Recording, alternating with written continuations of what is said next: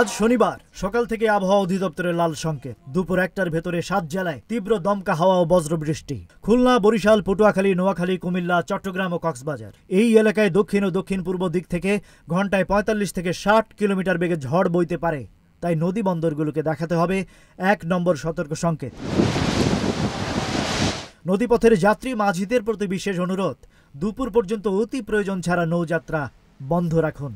রাজধানী ঢাকা ও আশপাশের পূর্বাভাস, সকাল ৭টা থেকে ৬ ঘন্টা আকাশ আংশিক মেঘলা থেকে মেঘাচ্ছন্ন, হালকা কিংবা মাঝারি বৃষ্টি হতে পারে। বাতাস বইবে দক্ষিণ বা দক্ষিণ পূর্ব দিক থেকে, গতিবেগ ১০ থেকে ১৫ কিলোমিটার। দিনের তাপমাত্রা সামান্য কমতে পারে, তবে সারা দেশে রাত দিনের বড় পরিবর্তন নেই। সন্ধ্যা ৬টার পরের চিত্র আরও ভারী। রংপুর, রাজশাহী, ঢাকা, ময়মনসিংহ, খুলনা, বরিশাল, চট্টগ্রাম ও সিলেট বিভাগের অধিকাংশ জায়গায় দমকা হওয়ার সঙ্গে হালকা থেকে মাঝারি, কোথাও মাঝারি ভারী থেকে অতি ভারী বর্ষণ হতে পারে।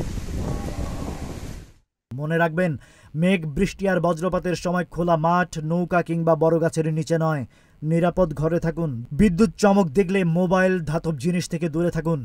এই ছিল আজকের তড়িৎ আবহাওয়া সতর্কবার্তা। সাবধান থাকুন, জরুরি হলে বাইরে যাবেন, নয়তো পরিবারের সঙ্গে নিরাপদে থাকুন। Rajib Raihan, news flash 71।